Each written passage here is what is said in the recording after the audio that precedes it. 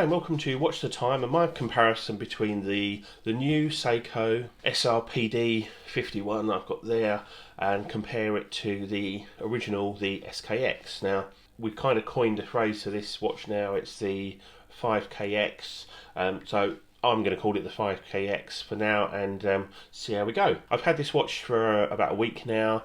I've worn it quite a bit on the NATO strap that it came on a nice blue NATO strap. I was asked the question, does the SKX Jubilee fit? As you can see there, yes it does. And I've been wearing it on the Jubilee. I've also not worn it for a day or so and just left it sitting, then put it back on the wrist.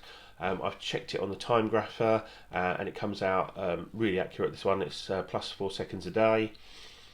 So it's proven to be a really nice, accurate watch. I've worn it in the shower. I've worn it to like washing stuff in the sink, so it's been fully submerged, and it's also been showered as well.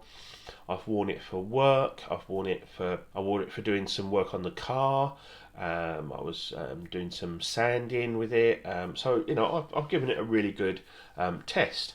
The first thing I'm going to do is put it side by side. I'll get it off these cushions and I'll put it side by side with the original SKX, and then we can have a look at some of the differences. So there's the obvious differences with regards to the ISO certification. So you've lost the loom pip, which is something that you have to have, and the minute track on the bezel insert that goes all the way around, that's been lost as well, and again that's another part of the ISO certification. Obviously you can see on the dial now we've got Seiko automatic at the top on the original, Divers 200 on the Seiko 5, the 5KX. We've got the Seiko 5 and the logo, and then just automatic in a nice sort of italics down the bottom. Got the same day date complication, the hands are the same. Yeah, the handset is pretty much identical.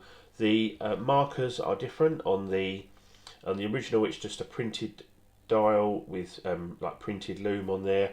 On this one you've got actual little markers with chrome edges, and then the loom is in the middle of them to match the hands, and that is one of the nicest features of this watch. It just gives it a little pop in the light, the way it reflects off the little markers. You can just sort of see a little bit of reflections there. Adds a little bit of class to what is really a tall watch. Now that's for some people that's a good thing, for some people that's not a good thing. Case wise, you can see there's, I think, a slight difference in the lugs. I think the lugs are slightly thicker, and the way it goes around the crown, it's all very similar. Obviously the case design there is very similar. Obviously on this you've got the screw down case back with the Tsunami logo. On the new 5KX you've got the display case back. Again, some people are going to like that, some people are not going to like that, and it shows here we've got the 4R36 movement as opposed to the 7S26 movement, but we'll go into that in a second. So the loom is pretty much the same, the blobbiness of the dial is pretty much the same. The bezel action is good on both of these. All in all, two very nice watches. So obviously we've got the improved movement with hacking and hand winding, but we do lose the screw down crown. So this is winding, so that will just wind there, and it's just a push pull crown. There's no screw down crown. Does it bother me? No. Would I preferred a screw down crown? Obviously yes. Should it prevent you from buying one? I don't think so. As I say, I'm very confident getting this wet. I was never going to dive with either of these watches. That's not, you know, what they're used for generally. I don't suppose many people dive with these, and if they did, it'd only be some sort of backup anyway. But I don't know anyone that dives with a watch. Everyone that I know dives with a dive computer. The actual size is the same. There is, as you can see here, a difference. There's in the bezel. Underneath the bezel on the 5KX, there's like a little chamfer, like about a 0.5 millimeter ring that doesn't seem to be present on the 007. But other than that, pretty much the same. Both got the standard Seiko crystal in, hardlex. Again, I haven't got a problem with that, and it's flat on both with a chamfered edge there. You can see the chamfered edge. Aluminium inserts on the bezels and sort of a printed dial. Again, as I say, got the loom pip on there. We've lost the loom pip. To me, that's just a bit silly, really. I mean, why not keep the loom pip? I mean, I don't know how much can it cost to put a loom pip in. I don't know if this was a cost exercise or, I'm not sure why they've done that. But wearing the watches, they're both comfortable, they're both reliable, they're both accurate, they're both fun.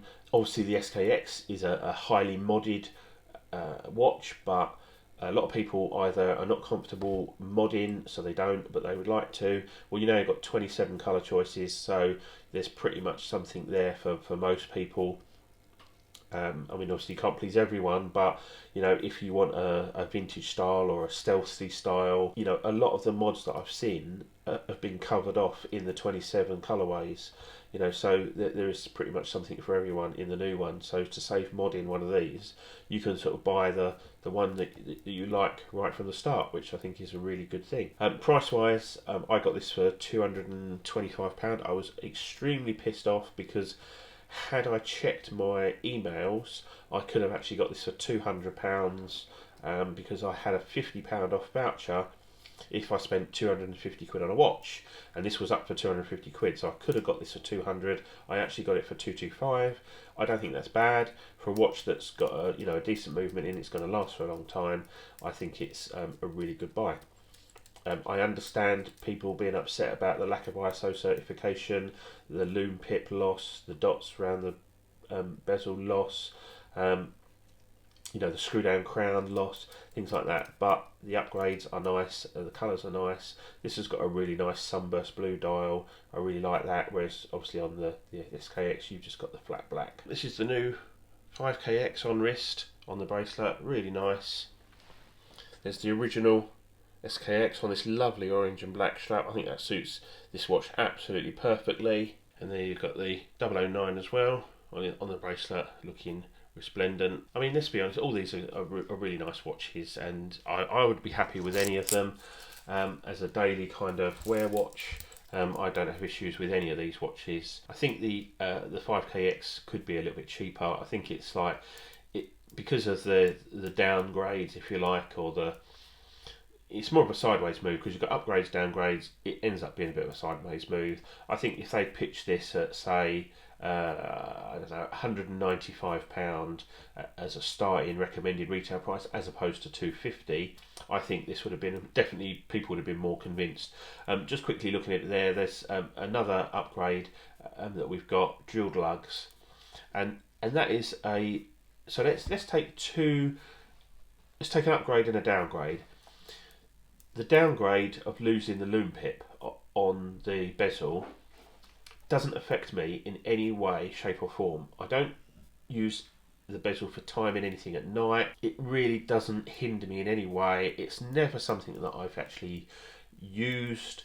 It's not something that I miss on the watch. I'm not saying that's the same for everybody, I'm just saying for me. However, the addition of drilled lugs really helps me because I do tend to swap straps and put NATOs on and different things and swap them out. So that has been a useful addition for me, and I would, if someone said right you can have drilled lugs or a loom pip, I'd probably go for the drilled lugs anyway. So it is definitely swings and roundabouts as to whether or not you think this is a good thing or a bad thing. So anyway, thanks for watching. Watch the time. I will do a long-term review on this once I've worn it for a lot, but so I've worn it for quite a bit now. And if we just forget about anything else and just look at this as a standalone watch, it's a nice watch. It does what it says on the tin. If we knew nothing about ISO certification or the previous incarnation of this watch, I would be very happy with this watch, and that's the bottom line. And I think a lot of people will be happy with this watch, and when you look at all the different colourways and strap options, I think people are going to be generally quite happy with this watch. The fact that a few of us are upset about the lack of ISO certification, the screw down crown and things like that, Seiko aren't worried about that. Watch collectors and watch enthusiasts like myself, we're a funny bunch, and we're always going to moan and bitch about something. So I'm sure Seiko won't mind that one bit. So I don't think I've done a loom shot with this watch, so I'll just pop it on the wrist and we'll just go.